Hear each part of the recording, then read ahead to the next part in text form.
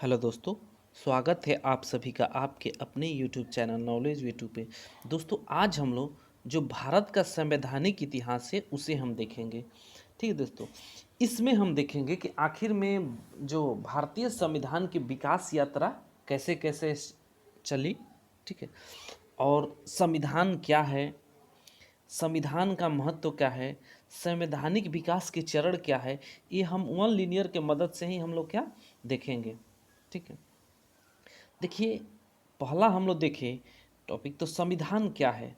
तो संविधान जो होता है नियमों उपनियमों का एक लिखित दस्तावेज होता है, जिसके द्वारा क्या सरकार का संचालन होता है या किसी देश में जो नियम कानून है उसे लागू किया जाता है। जो संविधान है इससे जो कोई भी विधि सर्वोच्च विधि नहीं होती है संविधान से। ठीक है, जो भी विधियाँ होती है यानी कि जो भी नियम कानून होते हैं वो क्या संविधान से ही अपना अधिकार प्राप्त करते हैं। ठीक है, अगर देखें हम लोग तो जो संविधान राज्य की विधायिका, कार्यपालिका और न्यायपालिका की स्थापना करता है, उनकी शक्तियों तथा दायित्वों का ये सीमांकन भी करता है एवं जनता तथा राज्य के मध्य संबंधों का जो विनियमन करता है। ठीक है, देखिए, प्रत्येक संविधान उस देश के आदर्शों, उद्देश्यों और मूल्यों का दर्पण होता है। ये हम लोग देख सकते हैं। प्रस्तावना जब हम लोग देखेंगे तो उसमें साफ साफ हमारे आदर्श क्या है, हमारे उद्देश्य क्या है और जो हमारे संविधान का मूल्य क्या है वो हमें प्रस्तावना में, ये प्रस्तावना एक ही पेज का है लेकिन उसमें देखें तो पूरा जितना भी हम लोग का संविधान बना है उन सभी का उद्देश्य, आदर्श और उसके महत्व को वो रेखांकित कर देता है, बस छोटी सी एक प्रस्तावना। ठीक है दोस्तों, अब हम लोग देखें, क्वेश्चन देखते हैं हम लोग कि बी आर अम्बेडकर और गांधी के मध्य सन 1932 में हस्ताक्षरित पुनः समझौता में प्रावधान था। देखिए, जो 1932 में गांधी जी और अंबेडकर जी के बीच एक समझौता होता है जिसे हम लोग क्या पुनः समझौता के नाम से जानते हैं। और ये क्या होता है, जो हरिजनों के आरक्षण के लिए निर्वाचन में जो आरक्षण का प्रावधान की मांग भीमराव अंबेडकर करते हैं।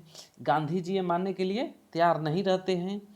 ठीक है, गांधी जी मानने के लिए तैयार नहीं होते लेकिन लास्ट में गांधी जी मानते हैं, जो कि हर ऑप्शन नंबर आपका क्या हो जाएगा, हरिजनों के लिए आरक्षण सहित संयुक्त निर्वाचन क्षेत्र का।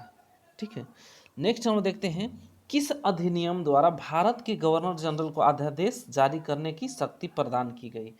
तो जो भारतीय परिषद अधिनियम 1861 है, इसके द्वारा भारत के गवर्नर जनरल को अध्यादेश जारी करने की शक्ति प्रदान की गई। देखिए, जो 1861 का भारतीय परिषद अधिनियम 1861 भारत के संवैधानिक इतिहास की एक महत्वपूर्ण घटना है।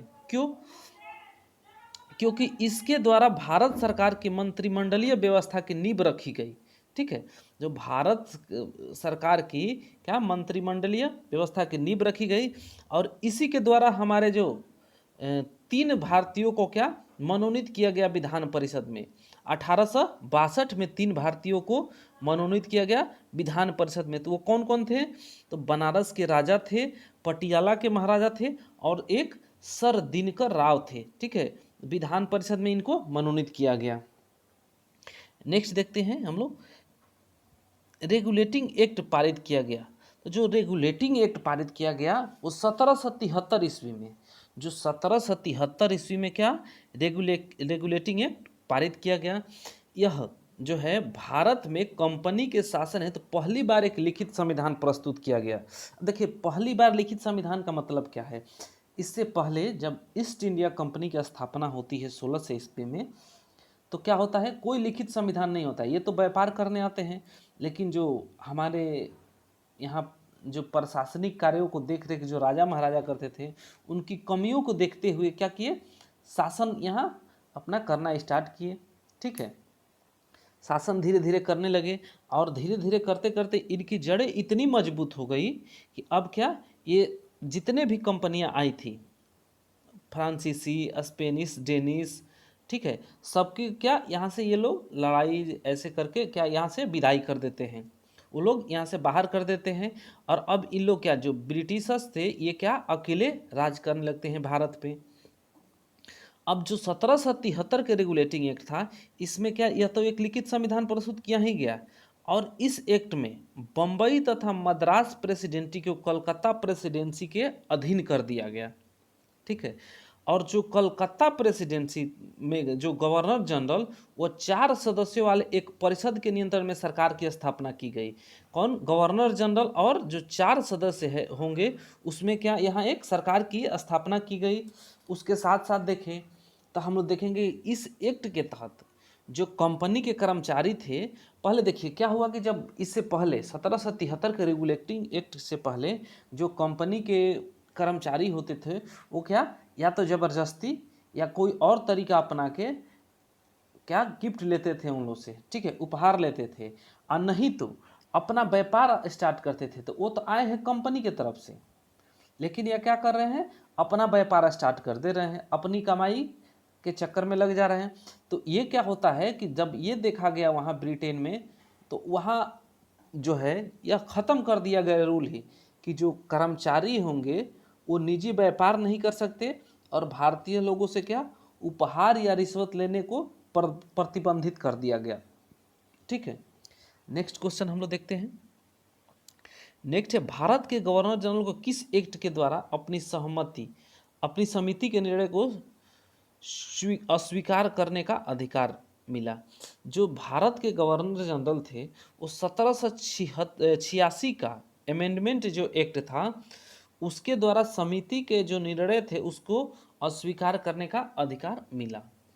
देखिए होता क्या है कि 1773 के जो रेगुलेटिंग एक्ट है वो आता है, इसमें कुछ कमियां रह जाती हैं।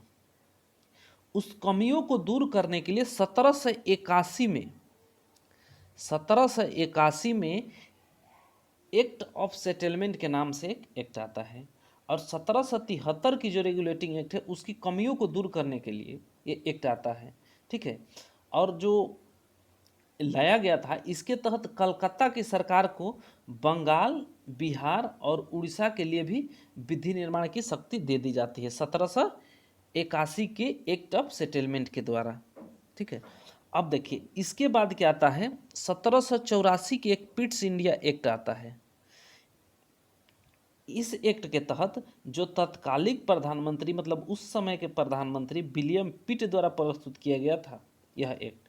ठीक है, और इसमें क्या किया गया है कि निदेशक मंडल को कंपनी के व्यापारिक मामलों का अधीक्षण की अनुमति तो दे दी गई, लेकिन जो राजनीतिक मामलों के प्रबंधन के लिए नियंत्रण बोर्ड यानी कि बोर्ड ऑफ कंट्रोल नाम से एक नया निकाय का गठन किया गया।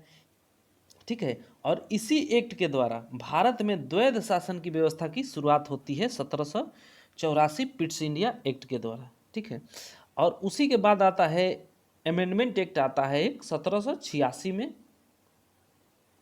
ठीक है दोस्तों, चलते हैं हम लोग नेक्स्ट क्वेश्चन की तरफ। तो नेक्स्ट क्वेश्चन है, महारानी विक्टोरिया को भारत की सम्राज्ञी नियुक्त किया गया कब?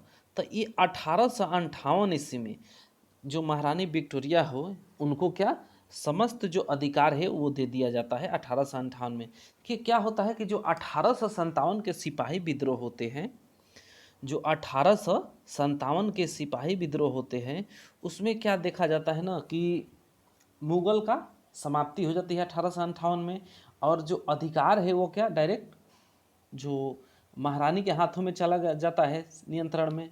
ठीक है, भारत के जो गवर्नर जनरल थे उनको क्या वायसराय की उपाधि दी जाती है। गवर्नर जनरल से वायसराय की उपाधि दी जाती है, और जो ये वायसराय होते थे वो जो क्राउन के ये सीधा प्रतिनिधि बन गए भारत में। ठीक है, मतलब जो इनका है बीच में किसी से मतलब है नहीं, ये सीधे जो क्राउन बोलेंगे वो करेंगे, इनका जो संवाद है वो क्राउन से होगा। ये जो भी अपना काम करना होगा वो क्राउन की अनुमति मिलेगी तो ये सीधा यहाँ करेंगे। पहले क्या होता था कि जो हम लोग देखे कि ये board of board of control, ये सब क्या, इससे कोई मतलब नहीं रह गया, ये 1858 के में क्या सब समाप्त कर दिया गया। ठीक है, नेक्स्ट हम लोग देखते हैं मिंटो मार्ले सुधार का उद्देश्य क्या था। देखिए, पृथक निर्वाचन प्रणाली, जो मिंटो मार्ले सुधार का क्या उद्देश्य था, पृथक निर्वाचन प्रणाली। तो जो मिंटो मार्ले सुधार अधिनियम वो कब आया था, 1909 ईस्वी में आया था। इसके तहत क्या किया गया कि केंद्रीय विधान परिषद में सरकारी सदस्यों के बहुमत की व्यवस्था रखी गई। ठीक है, और वहीं प्रांतीय विधान परिषद में गैर सरकारी सदस्यों की बहुमत व्यवस्था थी। अगर देखें तो सत्येंद्र प्रसाद सिन्हा वायसराय की कार्यकारी परिषद में नियुक्त होने वाले प्रथम भारतीय थे, विधि सदस्य थे। ठीक है, इस अधिनियम के द्वारा, जो मार्ले मिंटो सुधार अधिनियम है, इस अधिनियम के द्वारा परिषद व उनके कार्य क्षेत्रों का अधिक विस्तार किया गया। ठीक है, उन्हें प्रातिनिधिक एवं प्रभावी बनाने के लिए उपाय किए गए। इसमें देखें तो जो लॉर्ड मिंटो है उनको सांप्रदायिक निर्वाचन का जनक कहा जाता है। जो मिंटो थे ना, उनको क्या सांप्रदायिक निर्वाचन के जनक के रूप में जाना जाता है इसी एक्ट के द्वारा। ठीक है, लॉर्ड मिंटो भारत के वायसराय थे। जो मिंटो थे क्या, ये वायसराय थे, और जो मार्ले थे वो इंग्लैंड में भारत के राज्य सचिव थे। ठीक है दोस्तों, अब हम लोग नेक्स्ट देखते हैं मार्ले मिंटो सुधार बिल किस वर्ष में पारित किया गया। तो 1909 में मार्ले मिंटो सुधार बिल पारित किया गया। इसके तहत पृथक निर्वाचन प्रणाली की व्यवस्था की गई। नेक्स्ट देखते हैं मुसलमानों के लिए अतिरिक्त निर्वाचन मंडल प्रारंभ में किसके द्वारा लाया गया था। ये मार्ले मिंटो सुधार 1909 के द्वारा ही मुसलमानों के लिए ही वहीं पृथक निर्वाचन प्रणाली लाई गई। और इसी के तहत जो लॉर्ड मिंटो है क्या सांप्रदायिक निर्वाचन के जनक के रूप में इनको जाना जाता है। नेक्स्ट देखते हैं हम लोग, नेक्स्ट है 1909 के इंडियन काउंसिल एक्ट में किस बात की व्यवस्था की गई। तो ये क्या सांप्रदायिक प्रतिनिधित्व, जो मुस्लिम लोग हैं उनको क्या सांप्रदायिक निर्वाचन प्रणाली की व्यवस्था की गई इसी एक्ट के तहत। इसीलिए इसको क्या सांप्रदायिक निर्वाचन के जनक के रूप में मिंटो को जाना जाता है। ठीक है दोस्तों, अगर इसके और भी देखें तो इसके तहत क्या जाति, वर्ग, धर्म आदि के आधार पर पृथक निर्वाचन प्रणाली अपनाई गई थी, जिसमें क्या प्रेसिडेंसी, कारपोरेशन और चेंबर ऑफ कॉमर्स तथा जमींदारों को पृथक प्रतिनिधित्व दिया गया। ठीक है, नेक्स्ट देखते हैं मॉन्टेगू चेम्सफोर्ड सुधार में प्रावधानों का सार था कि प्रांतों में दोहरा शासन, जो प्रांत है उसमें क्या दोहरा शासन की व्यवस्था की गई, किसके तहत, मॉन्टेगू चेम्सफोर्ड सुधार के द्वारा। देखिए इसमें क्या है कि जो मॉन्टेग्यू थे वो भारत के राज्य सचिव, व जो चेम्सफोर्ड है वो क्या जो है ये वायसराय है। ठीक है, इसके प्रमुख प्रावधान क्या थे, इसमें क्या किया गया कि केंद्र में द्विसदनात्मक विधायिका की स्थापना की गई, प्रथम राज्य परिषद तथा दूसरी केंद्रीय विधान परिषद व्यवस्था की गई। ठीक है, और देश में प्रत्यक्ष निर्वाचन व्यवस्था तथा प्रांतों में द्वैध शासन प्रणाली प्रारंभ की गई। प्रांतीय विषयों को पुनः दो भागों में क्या किया गया, बांट दिया गया। जो प्रांतीय विषय थे उसको पुनः दो भागों में बांट दिया गया। कौन कौन सा, तो हस्तांतरित और आरक्षित। हस्तांतरित विषय में देखेंगे कि जैसे कि पुस्तकालय, स्थानीय स्वायत्त, चिकित्सा सहायता, ये सब हस्तांतरित में थे। ठीक है, और आरक्षित में क्या, जैसे रक्षा, विदेश मामले, वित्त भूमि कर, ठीक है, अकाल सहायता, ये सब न्यायिक, पुलिस, पेंशन, ये सब छापाखाना, ये सब क्या किया गया, ये आरक्षित विषय बना देगा, मतलब जो सरकार चाहेगी वही करेगी। नेक्स्ट हम लोग देखते हैं कि 1946 का कैबिनेट मिशन 3 मंत्रियों में गठित था। तो जो 1946 के कैबिनेट मिशन है, ठीक है, वो 3 लोग थे इसमें। कौन कौन से, तो सर पैथिक लॉरेंस, कौन थे, सर पैथिक लॉरेंस, दूसरा स्टेफर्ड क्रिप्स, यानी कि पहला कौन थे, लॉरेंस थे, दूसरा क्रिप्स थे, स्टेफर्ड क्रिप्स उनका नाम था, तीसरा एबी अलेक्जेंडर, यानी कि अलेक्जेंडर थे, अलेक्जेंडर थे। देखिए जो कैबिनेट मिशन है इसमें 3 सदस्य थे। और कैबिनेट मिशन बना क्यों? सबसे पहला सवाल ये है कि कैबिनेट मिशन क्यों बना। तो कैबिनेट मिशन बनाने का उद्देश्य था, जो भारत के लोग थे वो क्या संविधान सभा की मांग कर रहे थे। और अगर हम देखें तो महात्मा गांधी प्रथम व्यक्ति थे जो 1922 ईस्वी में, क्या महात्मा गांधी प्रथम व्यक्ति थे जो 1922 में क्या संविधान सभा की मांग करते हैं। ठीक है, मांग करते हैं।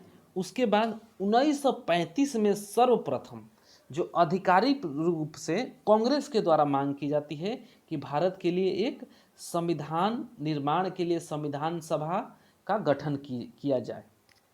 ठीक है, फिर उसके बाद देखें तो जो पंडित नेहरू थे, जवाहरलाल नेहरू, वो 1938 में मांग करते हैं कि जो स्वतंत्र भारत के संविधान का जो निर्माण है वो वयस्क मताधिकार के आधार पर चुनी गई संविधान सभा के द्वारा किया जाएगा। ये 38 में माना जाता है। और इसे क्या जो अंग्रेज लोग थे वो 1940 में 19 के जो अगस्त प्रस्ताव आप लोग जानते हैं, 19 अगस्त 1940 में अगस्त प्रस्ताव के नाम से मान लेते हैं वो लोग। लेकिन जो भारतीय लोग हैं वो नहीं स्वीकार करते हैं। क्यों? क्योंकि उन लोगों के द्वारा कहा गया कि इसमें मुख्यतः भारतीय होंगे, सभी भारतीय नहीं होंगे, मुख्यतः भारतीय होंगे। तो क्या होता है, भारतीय होंगे तो इसलिए क्या इसे अस्वीकार कर दिया जाता है। फिर देखिए ये हम क्या बताएं, पहले 35 में मांग किया, 22 में मांग किया गांधी जी, 35 में, फिर 38 में। तो 38 वाला ही क्या अगस्त प्रस्ताव के स्वीकार किया गया। वो लोग क्या स्वीकार किए, जो अंग्रेज लोग थे स्वीकार किए, लेकिन हम लोग क्या जो भारतीय थे वो अस्वीकार करती है। क्यों? क्योंकि मुख्यतः भारतीय होंगे, इसलिए क्या किए वो लोग अस्वीकार करती है। फिर क्रिप्स प्रस्ताव, क्रिप्स प्रस्ताव 1942 है, उसमें स्टेफर्ड क्रिप्स के द्वारा यह प्रस्ताव रखा गया कि जो भारतीय संविधान सभा है वो क्या गठित की जाएगी, लेकिन इसमें भी वो एक टर्म एंड कंडीशन रखती है। क्या? वो युद्ध के पश्चात की जाएगी। ठीक है, इस कारण से जो भारतीय लोग थे वो क्या इसे भी अस्वीकार कर देते हैं। और इसी बात पे गांधी जी बोलते हैं कि एक पोस्ट डेटेड चेक, ठीक है, यानी कि जो ऐसा एक पोस्ट डेटेड चेक है, ठीक है, पोस्ट डेटेड चेक बताया गया इसको। तो इसमें क्या है 1946 के कैबिनेट मिशन 3 मंत्रियों में गठित था। कौन इसका सदस्य नहीं था? तो हम 3 सदस्य बता चुके हैं, लॉर्ड एमरी उसके सदस्य नहीं थे। ठीक है दोस्तों, नेक्स्ट हम लोग देखते हैं। हाँ, एक और बता दें कि जो ये है इसमें क्या 389 सदस्य होने थे, 389 सदस्य होने थे कैबिनेट मिशन के द्वारा।